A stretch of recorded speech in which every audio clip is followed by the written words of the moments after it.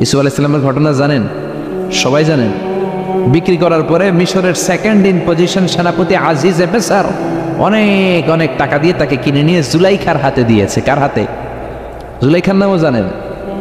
জুলাইখার হাতে দেওয়ার পরে জুলাইখা তারা নিজের ছেলের মতো মানুষ করতে শুরু করেছে। কিন্তু সৈয়দনা ইউসুফ যখন যুবক হয়ে গিয়েছে, ওনার চেহারা এত সুন্দর ছিল, জুলাইখা নিজেই ইউসুফের প্রেমে পড়ে গিয়েছে। নাউজুবিল্লাহ পড়েন। জুলাইখা বলে, ইউসুফ আমি তোমারে ভালোবাসি। ইউসুফ কয়, আমি আল্লাহরে ভালোবাসি। জুলাইখা বলে, ইউসুফ আমি তোমার সাথে প্রেম করতে চাই। ইউসুফ বলে, আমি কার সাথে প্রেম করতে চাই? প্রেমের কথা কি বললেই হয়? বেটা বলে হইতে হবে না? প্রেম তো চরের জমি নয়, জবরদখল করে হয়। প্রেমের দখল নিতে হলে প্রেমে নিতে হয়, ঠিক কি না?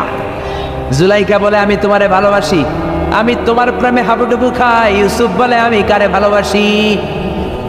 কোনোভাবেই ইউসুফরে রাজি করাতে পারে না। জুলাইখার একটা দাসী ছিল, দাসীর নাম কালিমামা। জুলাইখা কালিমামারে বলে, ও কালিমামা, কোনোভাবেই ইউসুফরে বুঝাতে পারলাম না, একটা কাজ করবা, আজ রাত 12টার দিকে আমার গোপন কক্ষে নিয়ে আসবা। ওই গোপন কক্ষে যেতে বড় বড় 60টা দরজা পার হইতে হয়। কয়টা? 60টা দরজায় বড় বড় 60টা তালা লাগাবা, তারপরে ইউসুফরে আমার কাছে নিয়ে আসবা। ওই প্রাসাদটা আমি নিজে দেখে এসেছি, যে প্রাসাদের মধ্যে সাইয়েদনা ইউসুফ আলাইহিস সালাম আর জুলাইখার এই ঘটনাটা ঘটেছে। মিশরে একটা থানা আছে, ওই থানার নাম বাতরিশিন। ওই বাতরিশিন থানায় একটা এলাকা আছে নাম আজিজিয়া। এই আজিজিয়া এলাকাতে এই প্রাসাদ তুফানের কবলে এখন ভেঙে পড়েছে। তার পাশেই আছে সিজনি ইউসুফ, ইউসুফের জেলখানা। এই জেলখানাটা আমি দেখে এসেছি। এই জেলখানাতে ইউসুফ আলাইহিস সালাম 10 বছর জেলে বন্দী ছিল। মিশর একটা পাহাড় আছে, তুর পাহাড়। যে তুর পাহাড়ের উপরে উঠে সাইয়েদনা মূসা আলাইহিস সালাম 2 বার আল্লাহর সাথে কথা বলেছেন, অনেকবার আল্লাহর সাথে কথা বলেছেন। ওই তুর পাহাড়ে আমি 2 বার উঠেছি। ওইটার উপর একটা মসজিদ আছে, একটা গির্জা আছে, একটা সিনাগোগ আছে। 3 ধর্মের লোকদের কাছে ওইটা পবিত্র জায়গা, সবাই যায়। আমরা মুসলমানরাও যাই, ইহুদিরাও যায়। ইহুদিরা সিনাগোগে যে ইবাদত করে, খ্রিস্টানরা চার্চের ভেতরে, গির্জার ভেতরে যে ইবাদত করে, আমরা মসজিদের ভেতরে যে জিকির করি। কার? লা ইলাহা লা ইলাহা ইল্লাল্লাহু মুহাম্মাদুর রাসূলুল্লাহ সাল্লাল্লাহু আলাইহি ওয়াসাল্লাম। এজন্য রব্বুল আলামিনের এমন ক্ষমতা, ছোট্ট বাচ্চার মুখেও জবান দিয়ে দিতে পারে কে? সাইয়েদনা ইউসুফ আলাইহিস সালাম যখন যুবক হয়ে গেলেন, ওনার প্রেমে মাতোয়ারা। জুলাইখা মাতোয়ারা হয়ে যখন কোনোভাবেই ইউসুফকে আর কাবু করতে পারে না, তখন সাইয়েদনা ইউসুফকে কাবু করার জন্য কালিমামাকে নির্দেশ দিয়েছে, নিজের দাসীকে নির্দেশ দিয়েছে, কালিমামা আজ রাত 12টায় আমার স্পেশাল প্রাসাদে 60টা দরজার মধ্যে বড় বড় তালা লাগিয়ে তুমি ইউসুফকে নিয়ে আসবা। সাইয়েদনা ইউসুফের কাছে কালিমামা যে বলে, ও কালিমামা, ও কালিমামা। ইউসুফের কাছে যে বলে, ইউসুফ, জুলাইখা তোমারে ডেকে পাঠিয়েছে। ইউসুফ বলে, রাত বাজে 12টা। জোরে বলেন, কয়টা? এত রাতে কি বলার জন্য ডেকেছে? যাও, আগামীকাল সকালে আমি যে কথা শুনবো। কালিমামা বলে, না না, আগামীকাল সকালে গেলে হবে না, জুলাইখা এখন যেতে বলেছে। কখন? ইউসুফ চোখের পানি ছেড়ে দিয়ে আল্লাহরে ডেকে বলে, আল্লাহ, ও মাবুদ, জীবনে কোনো অপরাধ করি নাই, আমার বয়স হওয়ার পর থেকে আজ পর্যন্ত কোনো অন্যায় করি নাই। না জানি আজকে আমি আমার ঈমান হারা হয়ে যাই, না জানি আজকে আমি আমার চরিত্রটা হারাই রে মাবুদ। ও আল্লাহ, তোমার উপর তাওয়াক্কুল করে আমি গেলাম। কালিমামা সাইয়েদনা ইউসুফ আলাইহিস সালামকে নিতে লাগলো, আর দরজার মধ্যে বড় বড় এক একটা তালা ঝুলাতে লাগলো। 60টা তালা ঝুলানোর পরে সাইয়েদনা ইউসুফকে স্পেশাল ঘরের মধ্যে ঢুকিয়ে কালিমামা আরেক দরজা দিয়ে বের হয়ে যায়। এখন ওই স্পেশাল গোপন কক্ষের মধ্যে শুধু 2 জন মানুষ, একজন নারী আরেকজন পুরুষ। চিল্লায় বলেন, একজন আরেকজন পুরুষ। জুলাইখা আর ইউসুফ। জুলাইখা বলে, ও ইউসুফ, বাঁচার কোনো মাধ্যম নাই, যে কোনো ভাবেই হোক আজকে আমি আমার মনোরঞ্জন করেই ছাড়বো, যেমন করেই হোক তোমার প্রেম আমি হাসিল করে ছাড়বো। আমি তোমারে ভালোবাসি। সাইয়েদনা ইউসুফ বলে, আমি আল্লাহরে ভালোবাসি। কারে ভালোবাসি? সুবহানাল্লাহ বলবেন না? জুলাইখা বলে, আমি তোমারে ভালোবাসি। সাইয়েদনা ইউসুফ বলে, ও জুলাইখা, আমি আল্লাহরে ভালোবাসি। একের পর এক জুলাইখা তার দেহের কাপড় খুলতে শুরু করেছে।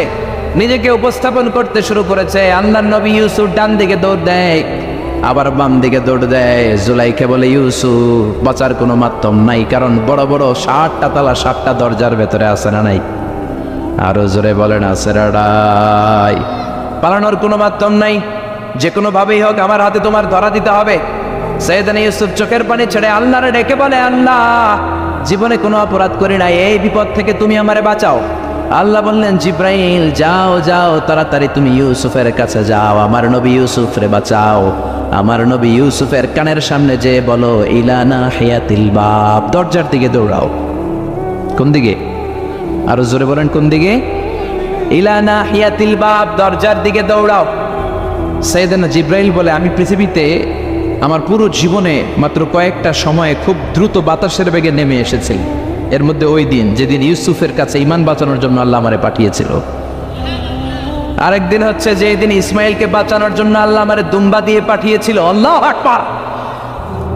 সাইয়েদনা ইব্রাহিম সাইয়েদনা ইসমাইলকে জবাই করার জন্য বড় একটা তলোয়ার নিয়ে যখন কোরবানি করতে শুরু করলো, আল্লাহ বললেন, ও জিব্রাইল জান্নাত থেকে দুম্বা নিয়ে তাড়াতাড়ি দুনিয়ায় ছুটে যা, আমার ইসমাইলের গলার একটা পশমও যাতে না কেটে যায়। সাইয়েদনা জিব্রাইল বাতাসের বেগে আল্লাহু আকবার আল্লাহু আকবার আল্লাহু আকবার বলতে বলতে দুম্বা নিয়ে চলে এসেছিলেন। তিনি বলেন, আমি এই সময়টাতে সবচেয়ে দ্রুত বেগে জমিনে নেমেছি, আবার সাইয়েদনা ইউসুফের ঈমান বাঁচানোর জন্য আমি দ্রুত নেমেছি। আল্লাহু আকবার। সাইয়েদনা ইউসুফ চোখের পানি ছাড়ে, জিব্রাইল কানের কাছে এসে বলো, ইউসুফ ইলা নাহিয়াতিল বাব, আল্লাহ বলছে দরজার দিকে দৌড়ান। সাইয়েদনা ইউসুফ বলে, জিব্রাইল দরজার মধ্যে তো বড় বড় তালা লাগানো। জিব্রাইল বলে, ও ইউসুফ আমি জানি না, আল্লাহ শুধু এই মেসেজটা দিয়েই আমারে পাঠিয়েছে, দরজার দিকে দৌড়াও। সাইয়েদনা ইউসুফ আল্লাহর উপর তাওয়াক্কুল করে দরজার দিকে দৌড়ালেন। জুলাইখা মনে মনে হাসে। জুলাইখা বলে, দরজায় তালা আছে না নাই?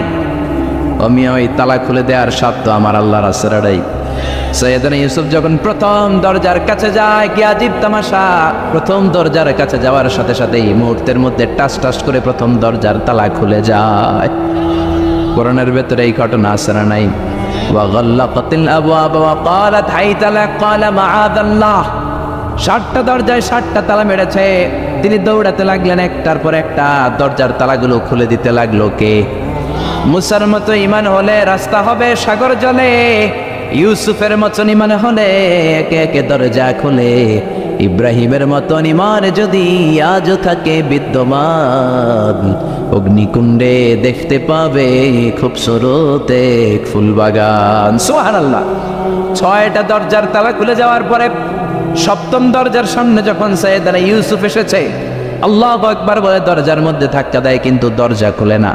পিছন দিয়ে জুলাইখা আসরা নাই, আউলা কেশে পাগলা বেশে জুলাইখাও দৌড় দিয়েছে সাইয়েদনা ইউসুফকে ধরার জন্য। ঠিকই ধরে ফেলেছে। সাইয়েদনা ইউসুফের জামায় ধরে টান দেয়াতে সাইয়েদনা ইউসুফ আলাইহিস সালামের জামার পেছন দিয়ে ছিঁড়ে গিয়েছে। ইন দ্য মিন টাইম দরজাটাও খুলে গিয়েছে। দরজা খুলে যাওয়ার পরে দুইজন তাকিয়ে দেখে আজিজে মেসের দাঁড়ানো, জুলাইখার স্বামী দাঁড়ানো। জুলাইখার স্বামী এই দৃশ্য দেখে তো অবাক, কিরে রাত বাজে 2টা, ইউসুফ হাঁপাচ্ছে ঘামাচ্ছে, আর জুলাইখার দেহের কাপড় চোপড়ের অবস্থা ভালো না। কি ঘটনা ঘটেছে আমার বলো। ফালিয়াতাকাল্লাম আহাদুকুমা শাইআন, দুজনের একজন আমাকে কিছু তো বলো। কেউ কিছু বলে না। জুলাইখা সামনে এসে বলে, আজিজে মেসর দুধকলা দিয়ে আমরা এতদিন সাপ পুষেছি, আজকে গভীর রাতে 7 দরজায় 7টা তালা মেরে ইউসুফ আমার ইজ্জতহানির জন্য করে হামলা দিয়েছে। হাসানা মিসা, সোরের মার বড় গলা, যুগে যুগে আছে না নাই? আইজে মেসর বলে, তোমার কোনো সাক্ষী আছে? জুলাইখা কয়, আছে। কে সাক্ষী? আমার দাসী কালী বাবা। এই কালী বাবা, সত্যি নাকি? কয় 100% সত্য। এরকম সাক্ষী বাংলাদেশেও আছে না নাই? ঘটনার সময় জন্ম হয় নাই, ঘটনার সময় বয়স ছিল 2 মাস, কিন্তু সাক্ষী দেয়। ওই সাক্ষীর উপর ভিত্তি করে রায় হয়, ওই সাক্ষীর উপর ভিত্তি করে বিচার হয়, ওই সাক্ষীর উপর ভিত্তি করে জেল হয়, ফাঁসি হয়। আছে না নাই? জোরে বলো না, ছেড়ে নাই। আইজে মেসর বলে, ও ইউসুফ কেমন করে এই কাজ করলা? তোমার মৃত্যুদণ্ড দেয়া হবে, এখনই মৃত্যুদণ্ড দেয়া হবে। জল্লাদের কাছে তোমার যাওয়ার দরকার নাই, জল্লাদ তোমার সামনে এসে এখনই তোমার ঘাড় কেটে ফেলবে, মাথাটা দেহ থেকে আলাদা করে দিবে। তোমার কোনো সাক্ষী থাকলে বলো। সাইয়েদনা ইউসুফ বলে, আমার কোনো সাক্ষী নেই। আল্লাহ বললেন, জিব্রাইল তাড়াতাড়ি যা, ইউসুফের কানের কাছে যে বল, জুলাইখার খালাতো বোন গতকাল প্রাসাদে বেড়াতে এসেছে। জুলাইখার খালাতো বোনের ছোট্ট একটা 2 মাসের দুধের বাচ্চা, ওইটার নাম হলো কিসিন। ইউসুফ তুমি হাত তুলে বলো, কিসিন হলো আমার সাক্ষী। সুবহানাল্লাহ। আইজে মেসর বলে, আতুরিদু আন তাসখারা মিন্নি, ইউসুফ এটা তুমি কি বলো? কিসিন কেমনে সাক্ষী দেবে? বয়স মাত্র 2 মাস, দুধ খায়, মায়ের কোলে কাঁদে। ইউসুফ বলে আমি এত কিছু জানি না, কিসিন আমার সাক্ষী। কিসিনকে আনা হলো। সাইয়েদনা ইউসুফ কিসিনের মাথায় হাত বুলায় আর বলে, ও কিসিন, ইশহাদি বিল হক, আল্লাহর নামে তুই সত্য সাক্ষী দে। ছোট্ট 2 মাসের দুধের বাচ্চা কিসিন বড়দের মতো কথা বলতে শুরু করলো, বলতে আরম্ভ করলো, ইন কানা কামিসুহু কুদ্দা মিন কুবুলিন। সুবহানাল্লাহ পড়েন। ইন কানা কামিসুহু কুদ্দা মিন কুবুলিন ফাসাদাকাত হুয়া মিনাল কাযিবিন ওয়া ইন কানা কামিসুহু কুদ্দা মিন দুবুরিন ফাকাযাবাত হুয়া মিনাস সাদিকিন। ও আজিজে মিসর, ইউসুফের জামা চেক করো, জামার সামনের দিক দিয়ে ছেঁড়া হলে ইউসুফ দোষী, আর জামার পেছনের দিক দিয়ে যদি ছেঁড়া থাকে তোমার বউ জুলাইখা দোষী। জামার কোন দিক দিয়ে ছেঁড়া? জোরে বলেন। ছোট্ট কিসিনের সাক্ষীর মাধ্যমে সাইয়েদনা ইউসুফকে বাঁচায়া দিল কে? আরো জোরে বলেন কে? আল্লাহ বলছেন, ওয়াকাদা রাব্বুকা আল্লা তা'বুদু ইল্লা ইয়্যা ওয়া বিল ওয়ালিদাইনি ইহসানা। আমি আল্লাহর স্পেশাল 2টা ফয়সালা আমি তোমাদেরকে জানিয়ে দিচ্ছি। 2টা ফয়সালা। কয়টা? 2টা সিদ্ধান্ত। কয়টা? এই সিদ্ধান্তগুলা অনড় সিদ্ধান্ত, এটার কোনো নড়চড় নাই। আর ফয়সালা সিদ্ধান্তগুলো দিয়েছে কে? 1 নাম্বার ফয়সালা হচ্ছে আল্লাহ তা'বুদু ইল্লা ইয়্যা, তোমরা কারো ইবাদত করতে পারবে না একজনের ছাড়া, তিনি কে? এজন্য রব্বুল আলামিন বলেন, ওয়াকাদা রাব্বুকা আল্লা তা'বুদু ইল্লা ইয়্যাহু ওয়া বিল ওয়ালিদাইনি ইহসানা।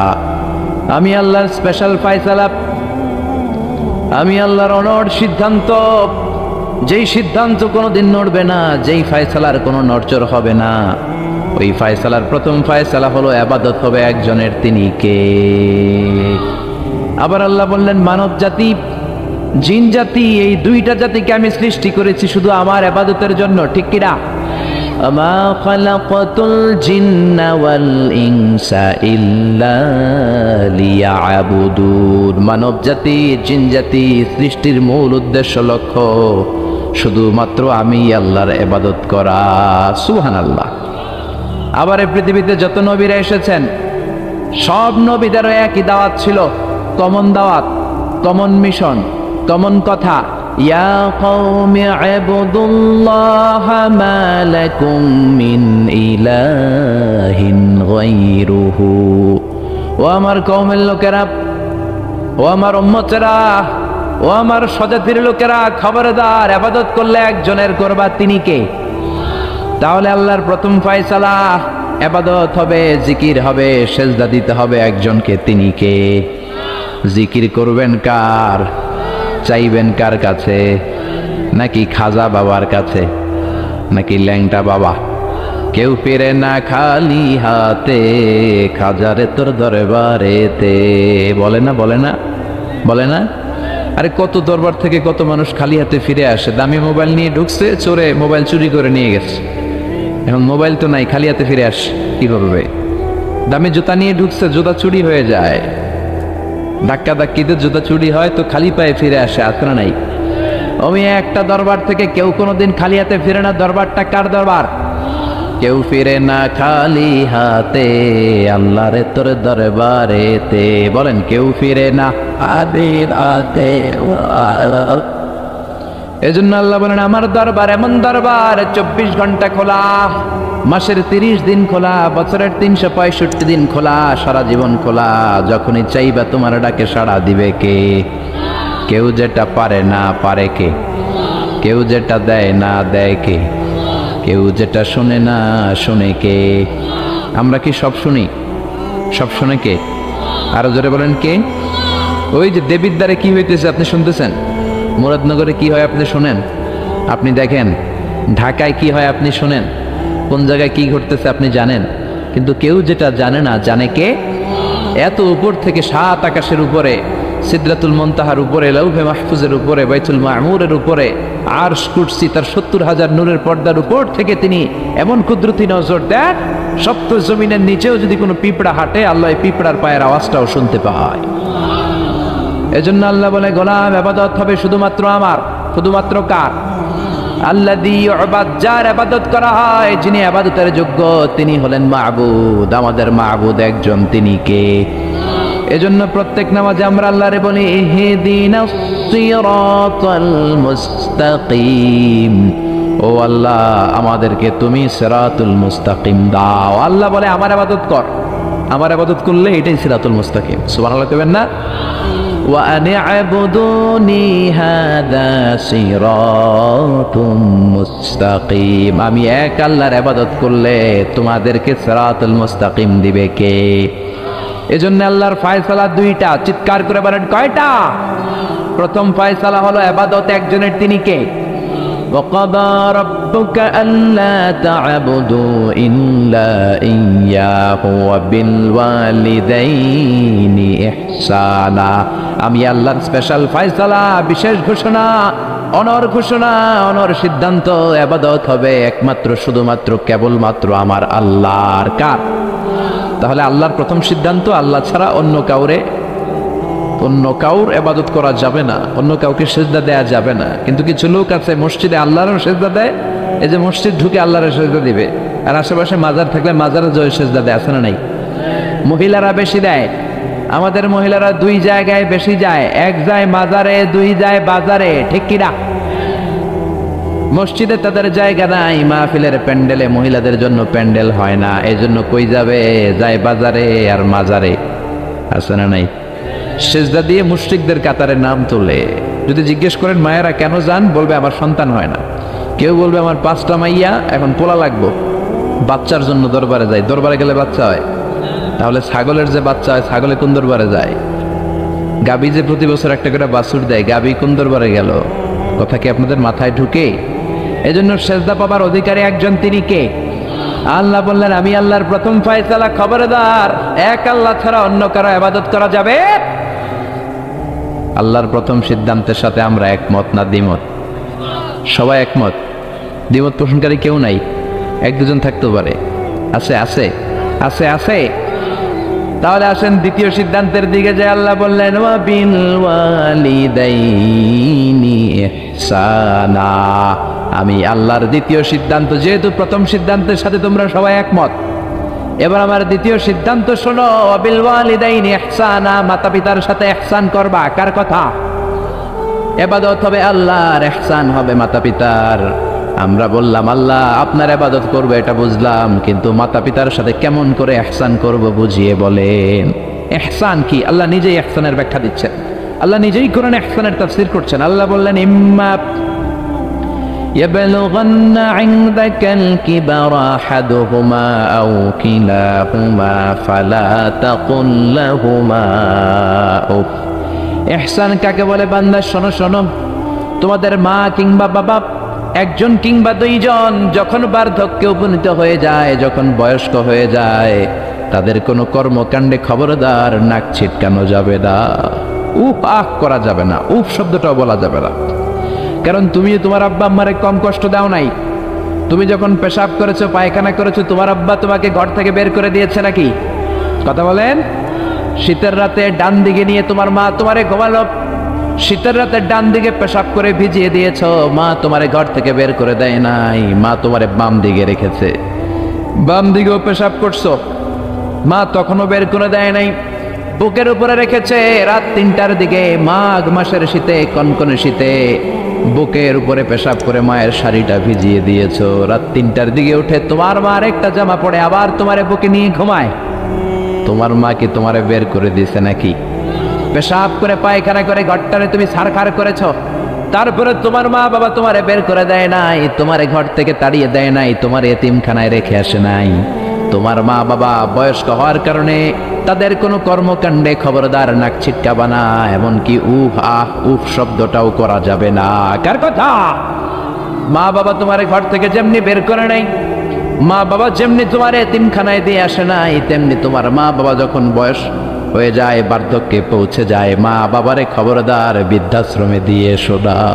কার কথা? বৃদ্ধাশ্রম বাংলাদেশে আছে না নাই? ছেলে আমার মস্ত মানুষ, মস্ত অফিসার, মস্ত ফ্ল্যাটে যায় না দেখা এ পার ও পার, নানান রকম জিনিস আর আসবাব দামি দামি, সবচেয়ে কম দামি ছিলাম একে মাত্র আমি। ছেলের আবার আমার প্রতি অগাধ সম্ভ্রম, আমার ঠিকানা তাই বৃদ্ধাশ্রম। ঠিক কি না? কপাল পর অনেক ডাকাত আছে, মা বাবা বয়স হয়ে যাওয়ার কারণে তাদের কর্মকাণ্ডগুলো আর ভাল লাগে না। মা বাবারে বৃদ্ধাশ্রমে দিয়ে আসে, যেই ছেলে মেয়েগুলো মা বাবারে বৃদ্ধাশ্রমে দেয়, তোদের কপালে বুড়া হইলে বৃদ্ধাশ্রম জুটবে না, ভাঙ্গা থালা হাতে নিয়ে তুই ভিক্ষা করে খাবি। ঠিক কি না? এজন্য আল্লাহ বলে ইহসান কারে বলে, শোনো শোনো, ইম্মা ইয়াবলুগান্না ইনদাকাল কিবারা আহাদুহুমা আও কিলাহুমা ফালা তাকুল লাহুমা উফ। মা বাবা একজন কিংবা দুইজন যখন বার্ধক্যে উপনীত হয়ে যায়, খবরদার তাদের কোনো কাজে উফ শব্দটাও করো না। কে বললেন? জোরে বলেন না, কে বললেন? তারা পেশাব করবে, এটা তুমি পরিষ্কার করবা, না পারলে কাউরে দিয়ে করাবা। তারা যেমনি তোমারে বের করে দেয় নাই, তুমিও বের করে দিতে পারবা না, এটাই ইহসান। ঠিক কিনা? এজন্য আল্লাহ বললেন ওয়াবিল ওয়ালিদাইনি ইহসানা, মাতা পিতার সাথে ইহসান করবা, এটা আমার দ্বিতীয় সিদ্ধান্ত। আমরা বললাম আল্লাহ ইহসানের ব্যাখ্যা কি? আল্লাহ বললেন মা বাবা একজন কিংবা দুইজন যদি বয়স্ক হয়ে যায়, তাদের কোনো কাজে নাক ছিটকানো যাবে। 2 নম্বর ইহসানের ব্যাখ্যা, ওয়ালা তানহারহুমা, মা বাবারে ধমক দিও না। মা বাবারে ধমক দেয় এরকম বেয়াদব আছে না নাই? এরকম ডাকাইত আছে না নাই? এই এলাকায় নাই? অন্যান্য সবার সাথে খুব মিষ্টি ভাষায়, এক ভদ্র, খুব প্রেস্টিজিয়াস লোক, কিন্তু মায়ের সাথে খারাপ আচরণ, ধমকি দিয়ে কথা বলে, ঝিড়কি দিয়ে কথা বলে, মারে ডাকে বুড়ি, বাবারে ডাকে বুড়া, এরকম ডাকাত আছে না নাই? কেমন করে মারে তুমি বুড়ি বলে ডাক দাও? তোমার মা বাবা তো বুড়া বুড়ি হয়েছে তোমার কারণে, তোমারে মানুষ করতে যে তারা তাদের জীবন যৌবন শেষ করেছে, তোমারে লেখাপড়া করাতে যে তারা তাদের জমি জমা হারিয়েছে, তোমারে বিদেশে পাঠাতে যে তারা তাদের ভিটে মাটা ছাড়া হয়েছে। কেমন করে মারে তুমি বুড়ি ডাকো, বাবারে তুমি বুড়া ডাকো? খবরদার, আল্লাহ বললেন ওয়ালা তানহারহুমা, আব্বা আম্মা কাউরে তোমরা ধমক দিও না। ধমক দেওয়া যাবে? কথা বলেন। এরপর আল্লাহ বললেন ইহসানের 3 নম্বর ব্যাখ্যা, ওয়াকুল লাহুমা কওলান কারীমা, মা বাবা দুইজনের সাথে ভালো আচরণ করো, কোমল ভাষায় কথা বলো। কার আইন? আইনটা কার? যত কার্টিসি তুমি জানো, যত ভদ্রতা, যত পোলাইটনেস, যত হাম্বলনেস তোমার জানা আছে, সব ভদ্রতাকে উজাড় করে মা বাবার সাথে কথা বলো, চিল্লা এখন। ঠিক কিনা? এরপর আল্লাহ বললেন ওয়াখফিদ লাহুমা জানাহাদ যুল্লি মিনার রাহমাতি ওয়া কুর রাব্বিরহামহুমা কামা রাব্বায়ানি সাগীরা। ওয়াখফিদ লাহুমা জানাহাদ যুল্লি মিনার রাহমা, রহমতের ডানা মা বাবার দুইজনের জন্য বিছিয়ে দাও। তোমার যত অর্থ আছে মা বাবার জন্য খরচ করো, তোমার যত ক্ষমতা আছে মা বাবা দুইজনের পায়ের সামনে ঢেলে দাও। ঠিক কিনা? আপনার সম্পদ আপনি মা বাবার জন্য ব্যয় করবেন, আপনার ক্ষমতা আছে মা বাবার পায়ের সামনে আপনি ক্ষমতা বিছিয়ে দেন, আপনার জীবনটার উজালা করে দিবে কে? আর আব্বা আম্মা একজন কিংবা দুইজন যদি এই ক্ষণস্থায়ী দুনিয়া ছেড়ে পড়ে চলে যায়, আব্বা আম্মার কবরের সামনে দাঁড়িয়ে দোয়া কর, রব্বিরহামহুমা কামা রাব্বায়ানি সাগীরা ওয়া কুর রব্বিরহামহুমা কামা রব্বায়ানি সাগীরা। ও আল্লাহ, আব্বা আম্মা দুজন আমরা যখন ছোট ছিলাম, আমাদেরকে যেমনি আদর দিয়ে, সোহাগ দিয়ে, ভালোবাসা দিয়ে আমাদেরকে কাছে টেনে নিয়েছে, আমার আব্বা আম্মা দুইজনকে তুমিও তোমার কাছে আদরের চাদর দিয়ে তোমার কাছে তুমি টেনে নিও। পড়ে না আমিন? আরো জোরে আমিন। এই জন্য আমার আল্লাহর স্পেশাল সিদ্ধান্ত কয়টা? প্রথম সিদ্ধান্ত ইবাদত হবে কার? দ্বিতীয় সিদ্ধান্ত ইহসান হবে কার সাথে? দ্বিতীয় সিদ্ধান্তের সাথে আপনার একমত? এটাও দ্বিমত নাই?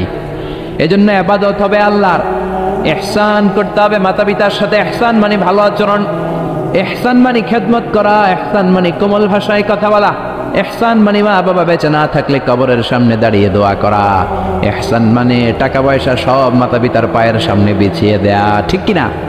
এই পৃথিবীতে যত ভালো কাজ আছে এই সবগুলো ভালো কাজকে যদি একসাথে র্যাঙ্কিং করেন, র্যাঙ্কিং এ উপরের দিকে চলে যাবে মা বাবার খেদমত করেন। সুবহানাল্লাহ। এই জন্য এক সাহাবী বিশ্বনবীরে বললেন, ইয়া রাসূলুল্লাহ, ইয়া হাবিবাল্লাহ, আইয়ুল আ'মালি আফদাল। ও নবী, এই পৃথিবীর বুকে সব চাইতে ভালো আমল কোনটা? বিশ্বনবী বললেন, 3টা কাজ পৃথিবীর বুকে সব চাইতে ভালো। জোরে বলেন কয়টা? 1 নম্বরে সালাতু ফি ওয়াক্তিহা, সময় মতো নামাজ। সময় মতো যদি আজান দেওয়ার সাথে সাথে জামাতে তুমি সালাত আদায় করো, এর চেয়ে ভালো কাজ আল্লাহর জমিনে হতে পারে? তাহলে প্রথম ভালো কাজ হলো সালাত। প্রথম ভালো কাজ কি? কুরবানির ঈদে গরুর গোশতের সাথে যে সালাত খান ওইটা নাকি? হ্যাঁ, এই মসজিদে যে সালাত আদায় করি, ঠিক কি না? সালাতে কায়েম করো, সালাতে কায়েম করো, হবে সম্মানী তুমি, হবে জান্নাতি তুমি, হবে সম্মানী তুমি, হবে জান্নাতি তুমি। দিবে কাল হাসরে শীতল ছায়া আরশে আজিম, রাব্বিয়াল আলা, রাব্বিয়াল আযীম। আল্লাহু আকবার। এজন্য বিশ্বনবী বললেন 1 নম্বর ভালো কাজ হলো সময় মতো নামাজ। 2 নম্বর সবচাইতে শ্রেষ্ঠ কাজ হলো বিররুল ওয়ালিদাইন, মাতা পিতার খেদমত করা। 3 নম্বরে আল জিহাদ ফি সাবিলিল্লাহ, আল্লাহর রাস্তায়, আল্লাহর জমিনকে, আল্লাহর জমিনে আল্লাহর দ্বীন বাস্তবায়নের জন্য, দ্বীনের আন্দোলন করার জন্য, দ্বীনকে প্রতিষ্ঠা করার জন্য জিহাদ করা। ওই জিহাদ হলো 3 নম্বরের ভালো কাজ। তার মানে এই পৃথিবীর শ্রেষ্ঠ আমলগুলোর মধ্যে মা বাবার খেদমতটা আছে না নাই? আবার আরেক হাদিসে বললেন, বিশ্বনবী বললেন, মা বাবার খেদমত করা জিহাদের চাইতেও বেশি সওয়াব। সুবহানাল্লাহ। বাড়িতে যে কোয়েন চিল্লায় পড়েন আল্লাহু আকবার। এক সাহাবী আসলো বিশ্বনবীর কাছে, ইস্তাযিনুল জিহাদ, এসে বলল, নবী আমারে অনুমতি দেন, আমি জিহাদের ময়দানে যেতে চাই। বিশ্বনবী বললেন, ও সাহাবী, তোমার আব্বা আম্মা কেউ বেঁচে আছে নাকি? সাহাবী বললেন, আছে। বিশ্বনবী বললেন, জিহাদে যাওয়ার দরকার নাই, ফাফিহিমা ফাজাহিদ, ঘরে যাও, বাবা মার খেদমত করো। মা বাবার খেদমত করলে ঘরে বসেই জিহাদের সওয়াব পাবা। আপনার আব্বা আম্মা যদি খুশি হয়, খুশি হয়ে যায় কে? আব্বা আম্মা বেজার হলে বেজার হয় কে? রিদার রাব্বি ফি রিদাল ওয়ালিদ ওয়া সাখাতুর রাব্বি ফি সাখাতিল ওয়ালিদ। আপনার বাবা মা যদি আপনার উপর খুশি হয়ে যায়, রব্বুল আলামিন আরশের উপর থেকে আপনার উপর খুশি হয়ে যায়। সুবহানাল্লাহ বলেন। এজন্য মা বাবার দোয়া নেওয়ার দরকার আছে না নাই? বাবা হলো আমাদের বড় পীর সাহেব, মা হলো সবচেয়ে বড় ওলি। পৃথিবীর সবগুলো ওলি মিলে যদি একটা গ্লাসের পানির মধ্যে পুরো কোরআন খতম করে ফু দেয়, আর আপনার আম্মা জান যদি শুধু বিসমিল্লাহ পরে আরেকটা গ্লাসের পানির মধ্যে ফু দেয়, আল্লাহর কসম আপনার মা যেই গ্লাসের পানিতে ফু দিয়েছে ওই দোয়াটা সবার আগে কবুল হয়ে যাবে। কি বরকত, কি নিয়ামত। ঘরের মধ্যে থুইয়া আমরা কই যাই? ডাব লইয়া, লাউ লইয়া, মুরগি লইয়া, ঠিক কিনা? এজন্য খেদমত করতে হবে মা বাবার, দোয়া নিতে হবে মা বাবার কাছে। অনেক কপাল পোড়া আছে মাজারে যে মশারি দেয়, কিন্তু নিজের বাবারে মশাই কামড়ায়, মারে মশাই কামড়ায়, আছে না নাই? মাজারে মশারি টাঙায় রাখে, ওর বাবারে কামড়াবে। বন্ডের একশের, ঠিক কিনা? এই বন্ডের সাথে, বন্ডামির সাথে ইসলামের কোনো সম্পর্ক? দো দিল বান্দা কালমা চোর, না পায় শ্মশান না পায় গোর, দিন থাকিতে আয়রে পথে ছাইড়া দে ভণ্ডামি, ভণ্ডামি ভণ্ডামি ভণ্ডামি। এদেশে ভণ্ডামি আছে না নাই? এলাকা একটু কম না? নামাজ কালাম পড়ে না, ইবলিস শয়তানের নানা, আছে না নাই? নামাজ রোজা করে না, ইবলিস শয়তানের নানা, ধর্মের একখান খুঁটি ধইরা কয়দিন করবা হয়রানি, ভণ্ডামি ভণ্ডামি ভণ্ডামি, ছাইড়া দে ভণ্ডামি, ঠিক কিনা? এজন্য এই ভণ্ডামির সাথে ইসলামের কোনো সম্পর্ক নাই। অনেক কপাল পোড়া মাজারে যে মশারি টাঙায়, কিন্তু নিজের মায়ের মশাই কামড়ায়, নিজের বাবারে মশাই কামড়ায়, আছে না নাই? পৃথিবীর সবাই মিলে দোয়া করলেও কবুল নাও হতে পারে, কিন্তু মা দোয়া করার সাথে সাথে এই দোয়াটা কবুল করে নেয় কে? এজন্য বিশ্বনবী বললেন, জান্নাত তোমাদের মায়ের পায়ের তলায়, আল জান্নাতু তাহতা আকদামি উম্মাহাতিকুম। ও দুনিয়ার মানুষেরা শোনো শোনো, 8টা জান্নাত আমি তৈরি করে রেখেছি তোমাদের জন্য, আর এই জান্নাতগুলো আছে তোমাদের মায়ের পায়ের তলায়। ওগো মা, তুমি এই ধরনের শ্রেষ্ঠ নেয়ামত, তোমারই পদ তলে রয়েছে জান্নাত। ওগো মা, তুমি এই ধরনের শ্রেষ্ঠ নেয়ামত, তোমারই পদ তলে রয়েছে জান্নাত। সুবহানাল্লাহ পড়েন। আমি এই পৃথিবীর পুরুষ মানুষগুলোর পায়ের নিচে থাকে জোতা, জুতার নিচে থাকে মাটি আর বালি। আর এই পৃথিবীর মহিলা মানুষদের মায়েদের পায়ের নিচে আল্লাহর জান্নাত আছে না নাই? জোরে বলেন। তাহলে যেই মায়ের পায়ের নিচে জান্নাত, ওই পায়ের দাম বেশি না কম? এই পৃথিবীটারে 1000 বার বিক্রি করলে বিক্রির টাকা দিয়ে জান্নাতের একটা চেয়ারের দাম হবে? আর যে 8টা জান্নাত মায়ের পায়ের নিচে পড়ে আছে, ওই পা দুইটার দাম আল্লাহর কাছে বেশি না কম? জোরে বলেন। এই জন্য দোয়া চাবেন মায়ের কাছে, দোয়া চাবেন বাবার কাছে, হাদিয়া দিবেন সবার আগে আম্মারে, সবার আগে আব্বারে। চাকরি থেকে বেতনটা পাওয়ার পরে ওইখান থেকে সবার আগে যেই টাকাটা হাতে তুলে দিবেন, ওই টাকাটা মায়ের হাতে দিবেন। কার কাছে? নাকি বউয়ের হাতে? বউয়ের হাতে দিবেন, কিন্তু আগে মায়ের হাদিয়া করবেন, ঠিক কিনা? কারণ বউ গেলে বউ পাওয়া যায়, বন্ধু গেলে বন্ধু পাওয়া যায়, গার্লফ্রেন্ড চলে গেলে গার্লফ্রেন্ড পাওয়া যায়, মা চলে গেলে মা পাওয়া যায় নাকি? জোরে বলে। মা চলে গেলে মা আর ফিরে আসে না। এজন্য বিশ্বনবী বলেন জান্নাতের 2টা স্পেশাল দরজা আছে। এক দরজার নাম আব্বা, আরেক দরজার নাম আম্মা। এই 2টা দরজা আমাদের ঘরে আছে না নাই? এজন্য বিশ্বনবী বলেন এই 2টা দরজার সাথে কেমন আচরণ করবা এটা তোমার ডিসিশন। ওমা জান্নাতুকা ওয়া নারুক, মা বাবাই তোমার জান্নাত, মা বাবাই তোমার জাহান্নাম। মা বাবার সাথে যদি ভালো আচরণ করো 8টা জান্নাতের দরজা খুলে দিবে কে? আর মা বাবার সাথে যদি খারাপ আচরণ করো জাহান্নাম গুলা তৈরি আছে না নাই? মা বাবা যদি হিন্দু হয়, যদি বৌদ্ধ হয়, যদি খ্রিস্টান হয়, নাস্তিক হয়, তারপরেও মা বাবার সাথে ভালো আচরণ করতে হবে। নাকি হিন্দু হওয়ার কারণে বাদ দিয়ে দিবেন? বাংলাদেশে এরকম অনেক হিন্দু ফ্যামিলি আছে, ওই ফ্যামিলির ছেলে তাফসির মাহফিল আইসা কোরআনের কথা শুনে মুফাসসিরে কোরআনের হাতে হাত রেখে কালিমা পড়ে মুসলমান হয়ে গেছে, আছে না নাই? কিন্তু মা মুসলমান হয় নাই, বাবা মুসলমান হয় নাই। খবরদার, মা বাবা হিন্দু থাকলেও তোমার মা বাবা তার জন্য খরচ করবা, ভালো আচরণ করবা, তার কাছ থেকে আশীর্বাদ নিবা। মা বাবার দোয়া আশীর্বাদ কবুল করে নেয় কে? এটা হিন্দু হোক, বৌদ্ধ হোক, নাস্তিক হোক, কোনো বিষয় না। আসমা বিনতে আবি বকর বিশ্বনবীর শালী। বিশ্বনবীর শালীর নাম কি? আসমা বিনতে আবি বকর। বিশ্বনবীরে বললেন নবী আনা মুসলিমা, আমি মুসলিমা, আমার আম্মা মুশরিকা, আফা আসলুহা, বুখারীর বর্ণনা। এখন আমি কি করব? আম্মা যদি আমার কাছে আসে আম্মা জানের সাথে ভালো আচরণ করব নাকি? আম্মা তো মুশরিকা, আমি মুসলিমা। বিশ্বনবী বললেন খবরদার, মুশরিকা হোক কাফেরা হোক, সিলিহা, মা বাবার সাথে ভালো আচরণ করো। অবশ্যই তোমার মায়ের দোয়া তুমি নিবে, অবশ্যই তোমার মায়ের সাথে তুমি ভালো আচরণ করবে। চিল্লা এখন ঠিক কিনা? এই পৃথিবীতে অনেক নবী ছিল, যেই নবীদের বাবা ছিল মুশরিক কাফের, আছে না নাই? সাইয়েদনা ইব্রাহিম, গোটা মুসলিম মিল্লাতের পিতা, জাতির পিতা সাইয়েদনা ইব্রাহিম আলাইহিস সালাম, উলুল আজমে মিনার রাসূল, জালিল কাদর পয়গম্বর, কিন্তু ওনার আব্বা কালিমা পড়ে মুসলমান হয় নাই। বাবার নাম কি? আজহার, মুশরিক, মূর্তি বানাইতো, মূর্তি বানানোর ইন্ডাস্ট্রি ছিল তার বাবা। চিল্লা এখন ঠিক কিনা? তাই বলে কি বাবার সাথে খারাপ আচরণ করছে? বাবারে গালি দিছে? ইয়া আবাতি লিমা তা'বুদু মা লা ইয়াসমা'ু ওয়া লা ইউবসিরু ওয়া লা ইউগনি আনকা শাইআ। শ্রদ্ধা সহকারে, সম্মান সহকারে বাবারে নসিহত করেছ, বাবা কেন আপনি ওই মূর্তির পূজা করেন যেই মূর্তি কানে শোনে না, যেই মূর্তি চোখে দেখে না, যেই মূর্তি ভালো মন্দ আপনার কিছু করতে পারে না, ওই মূর্তির পূজা কেন করেন? সম্মানের সাথে বাবারে দিনের দাওয়াত দিলেন, কিন্তু বাবার সাথে কোনোদিন খারাপ আচরণ করে নাই। সুবহানাল্লাহ। এজন্য আল্লাহ বলেন আমার ফয়সালা 2টা। কয়টা? ইবাদত হবে কার আর ইহসান হবে কার সাথে? বিশ্বনবী বললেন ইহসান করবা না কেন? কারণ এই মা বাবা এমন রহমত, মা বাবার চেহারার দিকে তাকালেই সওয়াব আছে না নাই?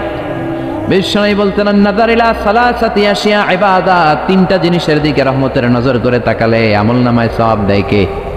1 নম্বরে নাযার ইলাল মুসহাফ, কোরআনের দিকে রহমতের নজরে তাকালে সওয়াব আছে না নাই? 2 নম্বরে নাযার ইলাল কাবা, হজ করতে গেলেন, উমরা করতে গেলেন, কাবার দিকে নজর দেওয়ার সাথে সাথে সওয়াব আছে না নাই? 3 নম্বরে নাযার ইলা ওয়াজহিল ওয়ালিদাইন, মাতা পিতার চেহারার দিকে রহমতের নজরে একবার তাকালে কবুল হজের সওয়াব দিবে কে? এক সাহাবী বললেন ও নবী গো, ওয়ালাউ মি আমাররা, 100 বার যদি আমি আমার আম্মার চেহারার দিকে রহমতের নজরে তাকাই তাহলে কি 100টা কবুল হজের সওয়াব হবে নাকি? বিশ্বনবী বললেন নাম, ওয়ালাউ মি আমাররা, 100 বার নজর করে তাকালে 100টা কবুল হজের সওয়াব হয়ে যাবে। 4 লক্ষ টাকা খরচ করে আপনি হজ করে আসছেন, বুকে হাত দিয়ে বলতে পারবেন যে হজটা কবুল? বলতে পারবেন? কোনো গ্যারান্টি ওয়ারেন্টি আছে? আছে আছে। কিন্তু মা বাবার চেহারার দিকে নজর করলে কবুল হজের সওয়াব আমলনামায় দিবে কে? মা বাবা এমন জিনিস, দোয়া করলেই কবুল। মুহূর্তের মধ্যে মায়ের দোয়া কবুল করে কে? মায়ের শুধু দোয়াটাই কবুল না, বদদোয়াটাও কবুল। যদি শুধু দোয়াটা কবুল হইতো তাহলে বলতে পারতাম আরে দোয়া না করলে কি হয়েছে। কিন্তু শুধু দোয়াই না, দোয়াও কবুল, বদদোয়াও। দোয়াও কবুল, বদদোয়াও। এজন্য মা বাবার ছেলে মেয়েদের উদাহরণ হচ্ছে তরমুজ আর ছুরির মতো। মা বাবা হলো ছুরি, ছেলে মেয়ে হলো তরমুজ। তরমুজ নিচে রেখে উপর থেকে ছুরি মারলে তরমুজ কেটে যায়, আবার নিচে ছুরি রেখে উপর থেকে তরমুজ ফেলে দিলেও তরমুজ কেটে যায়। উভয় অবস্থায় তরমুজ কেটে যায়, ছুরির কিছু হয় না। ঠিক কি না? আপনি বুলেট মারলে অনেক সময় বুলেট মিস হতে পারে, নাকি বুলেট মিস হয় না? গুলি মারলে হয় না? হয় না? ড্রোন হামলা করলেন, মিসাইল হামলা করলেন, মিস হতে পারে, কিন্তু মায়ের দোয়া জোরে বলেন না, মিস হবে। এজন্য বিশ্বনবী বলতেন সালাসু দাওয়াতিন মুস্তাজাবা, তিন ব্যক্তির দোয়া মুহূর্তের মধ্যে কবুল হয়ে যায়। এক নম্বরে হলো দাওয়াতুল মুসাফির, মুসাফিরের দোয়া কবুল করে কে? দুই নম্বরে দাওয়াতুল মাজলুম, অত্যাচারিত ব্যক্তির দোয়া কবুল করে কে? তিন নম্বরে দাওয়াতুল ওয়ালিদাইনি লিওয়ালাদিহি, মাতা পিতার দোয়া, যখন মাতা পিতা ছেলে মেয়েদের জন্য দোয়া করে ওই দোয়াটাও কবুল করে কে? মাতা পিতার দোয়াও কবুল, বদদোয়াও। জোরে জোরে বলেন, দোয়াও কবুল, বদদোয়াও। বদদোয়া করলেও কবুল হয়ে যাবে। বুখারীর বর্ণনা, জুরাইজ নামে এক আল্লাহর ওলি ছিল। আল্লাহর ওলির নাম কি? আরো জোরে বলেন। জুরাইজ নামে এক আল্লাহর ওলি ছিল, বনি ইসরায়েলের অনেক বড় আবেদ। পাহাড়ের উপরে ওনার গির্জা, ওই গির্জার মধ্যে রাত্রিবেলায় তাহাজ্জুদ পড়তে পড়তে আল্লাহর ওলি হয়ে গেছে। ওই গির্জার পাশে ছোট্ট ঘর থাকে তার মা, রাত্রিবেলায় তাহাজ্জুদের নামাজ পড়ছেন। ওমিয়া তাহাজ্জুদ ছাড়া আল্লাহর ওলি হওয়া যায় নাকি? মিনাল লাইলি ফাতাহাজ্জাদ বিহি নাফিলাতান লাকা আসা আন ইয়াবআসাকা রাব্বুকা মাকামাম মাহমুদা। তাহাজ্জুদের নামাজ পড়লে আপনার মর্যাদা বাড়ায় দিবে কে? উনি তাহাজ্জুদের নামাজ পড়তেছেন, রাত 2টা। ওনার মা ডাক দিল, ইয়া জুরাইজ, ও জুরাইজ। জুরাইজ মনে মনে ভাবে, হায় হায়, নামাজেও দাঁড়াইলাম, মায়ও ডাক দিল, এখন কি করি? নামাজ পড়বো না মায়ের ডাকে সাড়া দেব? মনে মনে ভাবলো নামাজটা পড়ে নেই, 2 রাকাতের নামাজ, বেশি সময় লাগবে না। নামাজের পরে মায়ের কাছে যাব, হয়তো মায়ের পিপাসা লেগেছে, পানি খাবে। মায়ের ডাকে সাড়া দেয় নাই। কিছুক্ষণ পর আবার মা তারে ডাক দিল, ইয়া জুরাইজ, ও জুরাইজ। জুরাইজ আবার নামাজ চালিয়ে গেল। মনে মনে ভাবলে একটু পরে যাই, নামাজটা শেষ করেই মায়ের কাছে যাব। মা কিছুক্ষণ পরে আবার ডাক দিল, জুরাইজ। জুরাইজ বলে, হায় হায়, মা তো শুধু ডাকতেই থাকে, নামাজ পড়ে মায়ের কাছে যাব। কিন্তু মায়ের সহ্য হয় নাই, মায়ের মনে কষ্ট চলে আসছে। মা মনে ব্যথা পেয়ে গেছে, ব্যথা পাওয়ার সাথে সাথে বদদোয়া করে ফেলছে। আর ওই বদদোয়া কবুল করে ফেলছে কে? এজন্য মায়ের দোয়াও কবুল, বদদোয়াও। বদদোয়া করেছে, আল্লাহুম্মা লা তুমিতহু ইল্লা আন তুরিয়াহুল মুমিসাত, ও আল্লাহ, কোন বেশ্যা নারীর ফিতনায় না ফেলে তুমি জুরাইজকে মরণ দিও না। বদদোয়াটা কবুল করে নিল কে? কিছুদিন পরে আবার জুরাইজ তাহাজ্জুদের নামাজ পড়তেছে, এক বেশ্যা নারী এসে বলে, জুরাইজ দরজা খোলো। নক করতে শুরু করছে। দরজা খোলার পরে জুরাইজকে সে প্রলোভন দিতে শুরু করলো, বললো, দেখো কত সুন্দরী আমি অনন্য, আমি সুস্নিগ্ধা, আমি প্রিয়ংবদা, আমি সুহাসিনী, সুকেশিনী, সুভাসিনী, অসূর্যম পুষ্যা মেঘে কালো কেশ, হরিণের মতো ডাগর ডাগর আমার চোখ, দেখো আমি কত সুন্দরী, আসো আমরা প্রেম খেলায় মেতে উঠি। জুরাইজ বলে, আমি আল্লাহরে ভয় পাই, দূর হও, আমার গির্জা থেকে দূর হও। জুরাইজের সাথে সুবিধা করতে না পেরে বেশ্যা পাহাড় থেকে নিচে নেমে এসেছে। বুখারীর হাদিস। নিচে নেমে এসে দেখে এক রাখাল ঘুমায়। কে ঘুমায়? রাখাল রে ঘুম থেকে উঠিয়ে বলে, ও রাখাল, দেখো আমি কত সুন্দরী। রাখাল তার প্রেমের ফাঁদে পড়ে তার সাথে অবৈধ দৈহিক সম্পর্কে লিপ্ত হয়েছে, জেনা করেছে। ব্যভিচারের ফলে এই বেশ্যার পেটের মধ্যে সন্তান দিয়ে দিয়েছে কে? 3 মাসের ব্যবধানে বেশ্যার পেটটা এত বড় হয়ে গেছে। এলাকার লোকেরা বলে, ও মেয়ে, তোর তো বিয়ে হয় নাই, পেট বড় হইল কেন? বাচ্চা পাইলি কই? বেশ্যা বলে, আমার পেটের বাচ্চার বাবা হলে ওই আল্লাহর ওলি জুরাইজ। কথাটা হাসা না মিছা? কত পারছেন? জোরে বলেন। 100% মিথ্যা। সবাই বলে হায় হায়, এতদিন মনে করতাম আল্লাহর ওলি, এখন দেখি ভণ্ড।